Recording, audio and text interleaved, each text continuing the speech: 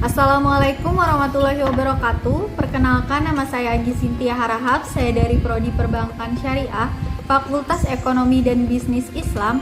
Saya dari kelompok 23 PPI, Praktik Pengamalan Ibadah. Di video kali ini saya akan memenuhi salah satu tugas PPI, yaitu melakukan ceramah. Langsung saja, di sini saya akan melaksanakan ceramah. Bismillahirrahmanirrahim. Alhamdulillahirabbil alamin. Assalatu wassalamu ala asrofil anbiya'i wal mursalin wa ala alihi wa sahbihi rasulillahi azmain, amma ba'du.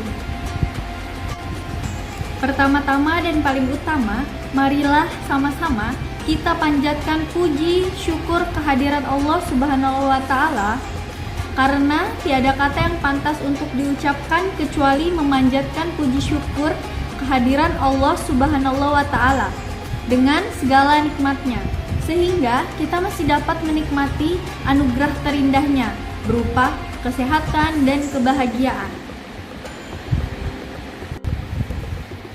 Selanjutnya, salawat serta salam semoga tetap tercurahkan kepada junjungan kita Nabi besar Nabi Muhammad SAW, yang telah menunjukkan kita dari jalan yang gelap gulita menuju jalan yang terang benderang.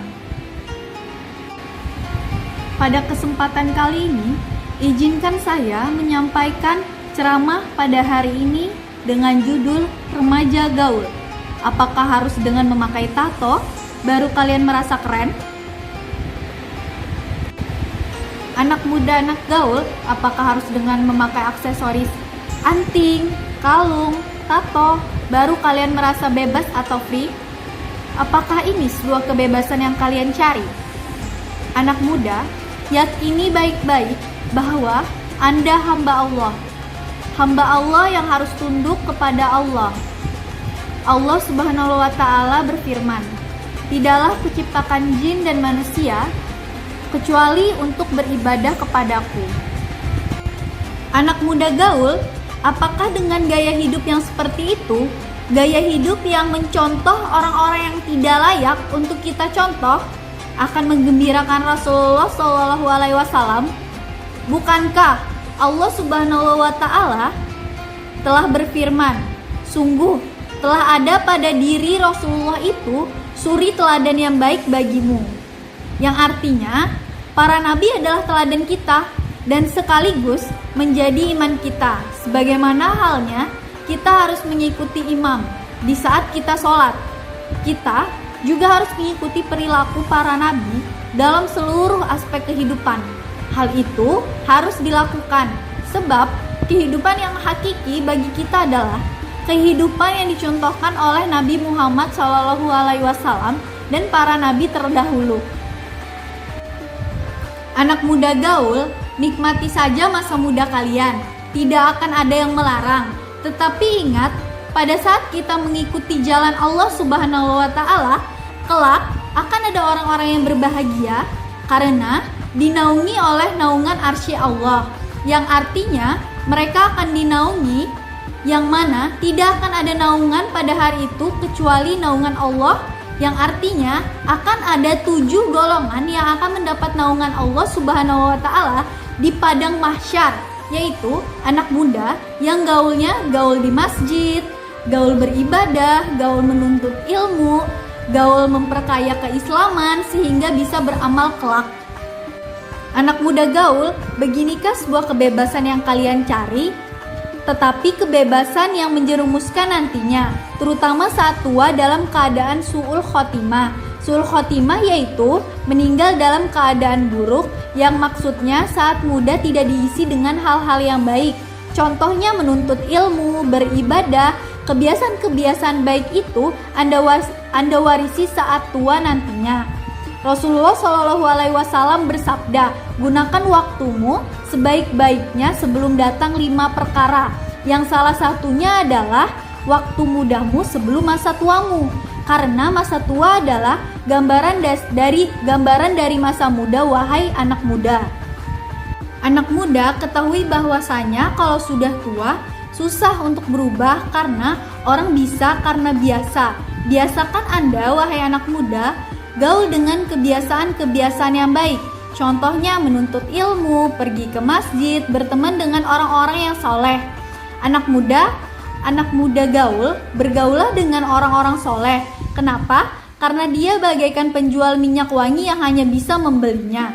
Anda bisa mencontohnya atau minimal Anda akan mencium bau wangi darinya.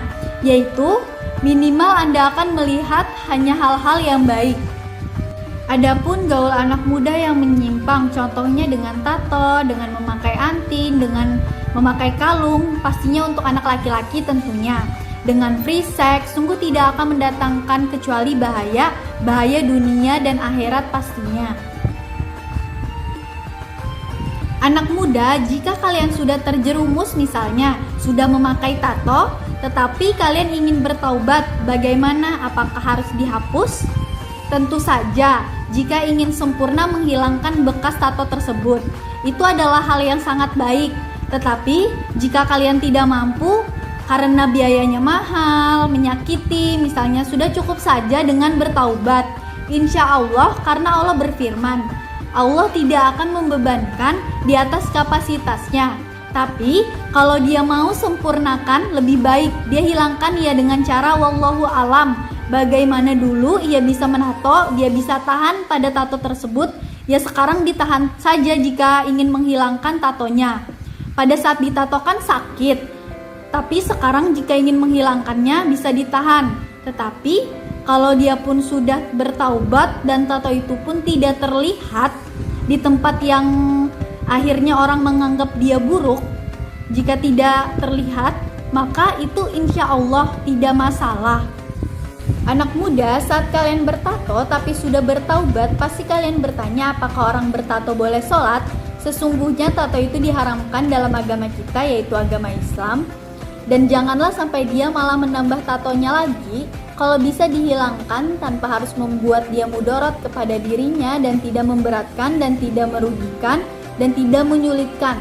Kalau sampai memudorotkan, memberatkan, menyulitkan, maka cukup bertaubat saja kepada Allah Subhanahu wa taala dan tatonya tidak ada masalah dalam dirinya.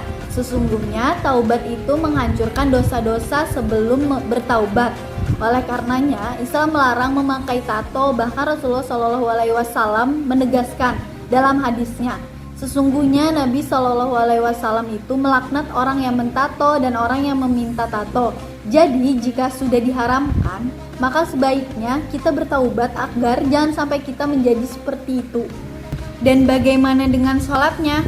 Sholatnya sah saja, tidak ada yang jadi masalah dalam masalah tato. Ketika orang memakai tato, maka sholatnya sah. Walaupun mungkin orang berpikiran tato menghalangi wudhu. Tato yang asli yang dibuat dengan alat itu tidak sampai menghalangi air wudhu ke dalam permukaan kulit, karena itu di dalam kulit dibuatnya. Jadi sholatnya sah, tidak masalah. Yang terpenting kita bertaubat kepada Allah Subhanahu wa taala dan jangan sampai kita mengulanginya lagi. Jika ada seseorang yang sudah bertaubat tetapi dia berbuat dosa lagi, bagaimana? Bertaubat itu perintah Allah, wahai orang-orang yang beriman, kembali kepada Allah Subhanahu wa taala, taubat kepada Allah dengan sebenar-benarnya taubat, taubatan nasuha, bukan taubat sambal tomat, sebentar-bentar tobat, sebentar-bentar kumat. Jadi taubat yang sebetul-betulnya adalah taubat yang dimana kita betul-betul meninggalkan perbuatan dosa di saat itu juga dan benci untuk melakukan kembali dan menyesali perbuatan itu selama-lamanya dan menjauhi akses untuk berbuat maksiat tersebut. Itu baru namanya taubat nasuha.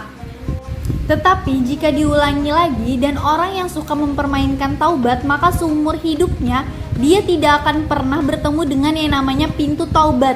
Akan tetapi yang mesti kita yakini, Allah berkata, rahmatku, kasih sayangku akan mendahului segala kemurkaanku. Maka teruslah kita minta ampun sama Allah ketika kita lalai lagi, ketika kita maksiat lagi, kita lupa lagi, kita taubat lagi, terus sampai kita bosan dengan maksiat. Anak muda, ketahui baik-baik, mungkin saat kita bergaul dalam pergaulan yang salah itu, mati menjemput kita. Pada saat itu, malaikat maut ada di atas kepala kita. Tidak takutkah Anda saat masa muda hanya dihabiskan untuk hal-hal yang tidak berguna yang diharamkan oleh Allah Subhanahu wa Ta'ala. Anak muda, ketahuilah bahwasanya beramal ibadah saat tua itu tidak akan sama dengan beramal di saat muda. Maka gunakan waktu sebaik-baiknya menghafal, tidak akan sama lagi di kala muda, di kala tua. Jangan pernah ada kata entar-entar aja deh. Kalau udah tua, nggak taunya sebelum tua kita sudah meninggal duluan dalam keadaan maksiat. Anak muda, bergaulah dengan pergaulan yang diridhoi oleh Allah Subhanahu wa Ta'ala.